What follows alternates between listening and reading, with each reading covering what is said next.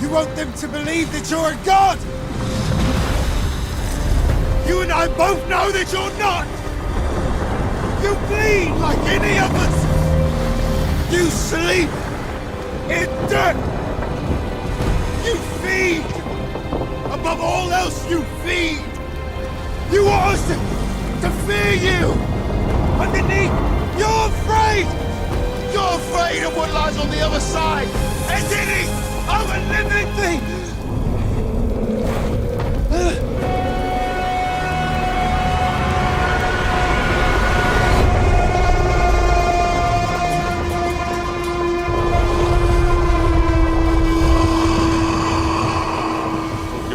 Band coming round the bend is BoogeyMan band.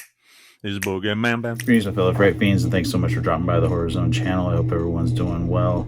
And this is my spooky screenings video focusing on The Last Voyage of the Demeter. This is a film that I was really anxiously anticipating. The trailer dropped right before my birthday on April 13th of this year. A huge fan of Andre Overdahl, specifically from The Autopsy of Jane Doe and Scary Stories to Tell in the Dark.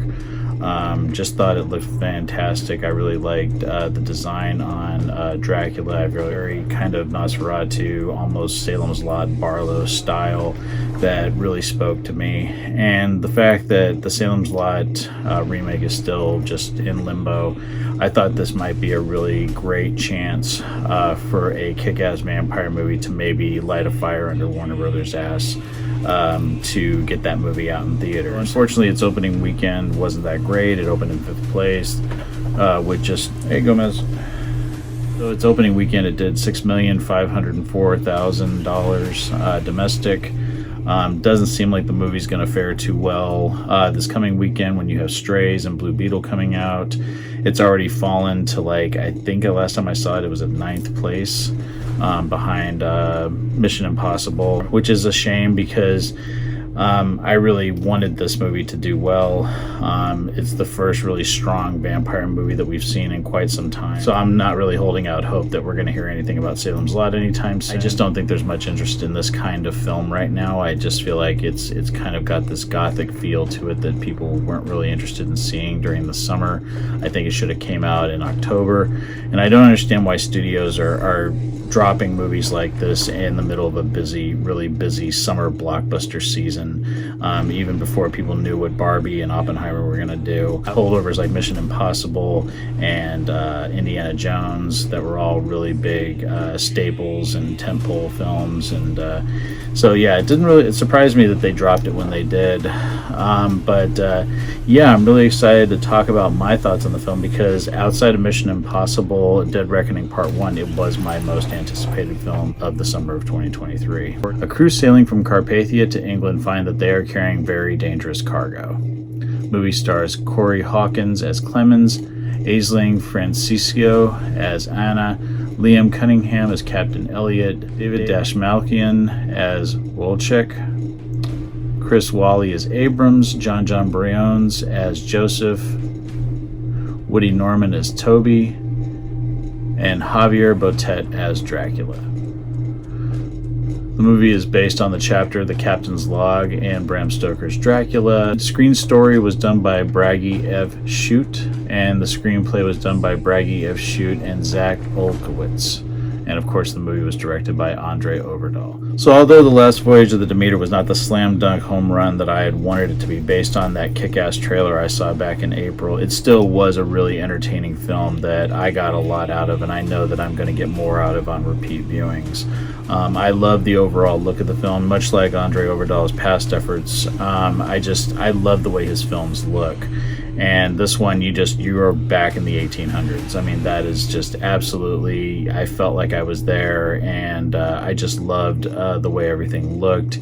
And the footage on the ship as it's sailing to England, I mean, it felt tangible. It really felt like you were there with the crew, and I really enjoyed all the thematic elements. I thought that Javier Botet did a terrific job as Dracula, this version of Dracula that is much more animalistic. But I also loved Corey Hawkins as Clemens, and was a huge fan of Liam Cunningham as Captain Elliot. He does a great job, and I'm a big fan of that actor. I've seen him in things like Game of Thrones. And then also the young boy, Woody Norman, who played Toby, he also was in Cowboy, which I've recently talked about in my last spooky screening. And this kid is just an amazing actor, and I can't wait to see him in more. I really, really loved his performance in it. And there's some terrific moments in this film, don't get me wrong. There's some terrific moments, with Dracula picking off the crew, some terrific special effects that are done.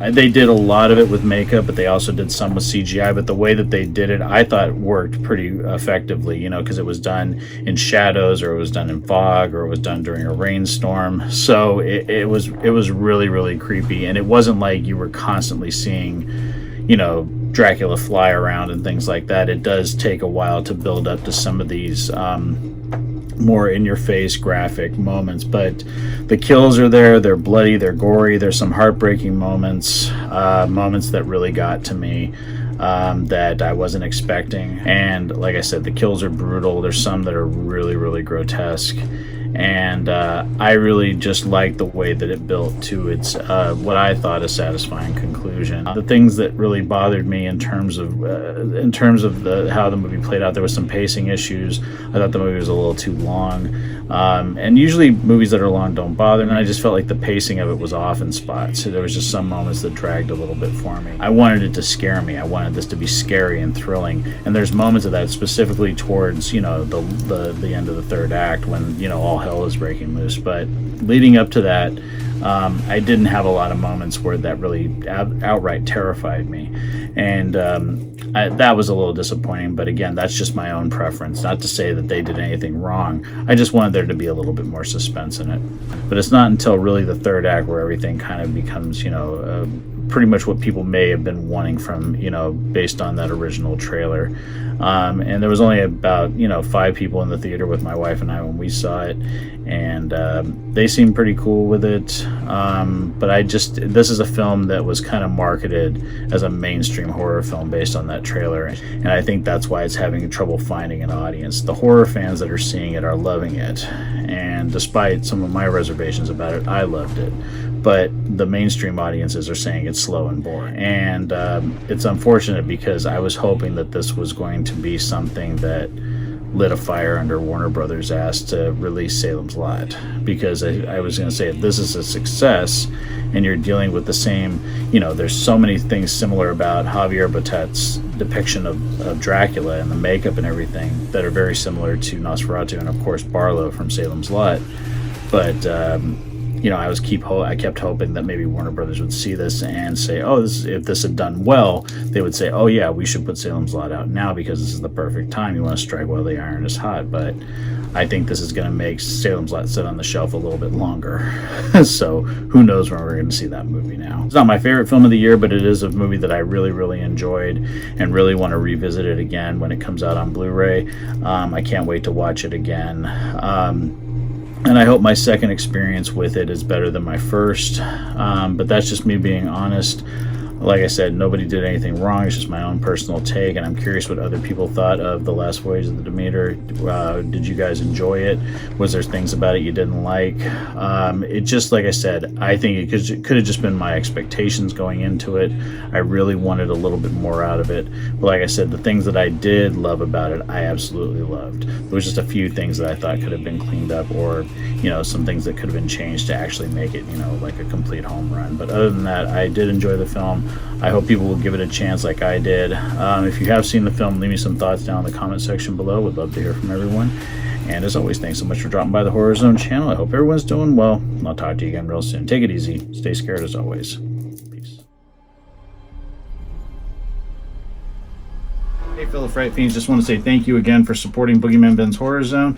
If you're brand new to the channel and you haven't yet subscribed, please hit the subscribe button down below, hit the bell notification so you're updated every time I drop a new video. I typically do this once or twice a week with new content. I've been doing this for over 11 years, and the horror genre is a passion of mine, and it really means a lot to me that I can share that passion with all of you guys. Thanks so much again for the support, and I'll talk to you again later. Take it easy, stay scared as always. Peace.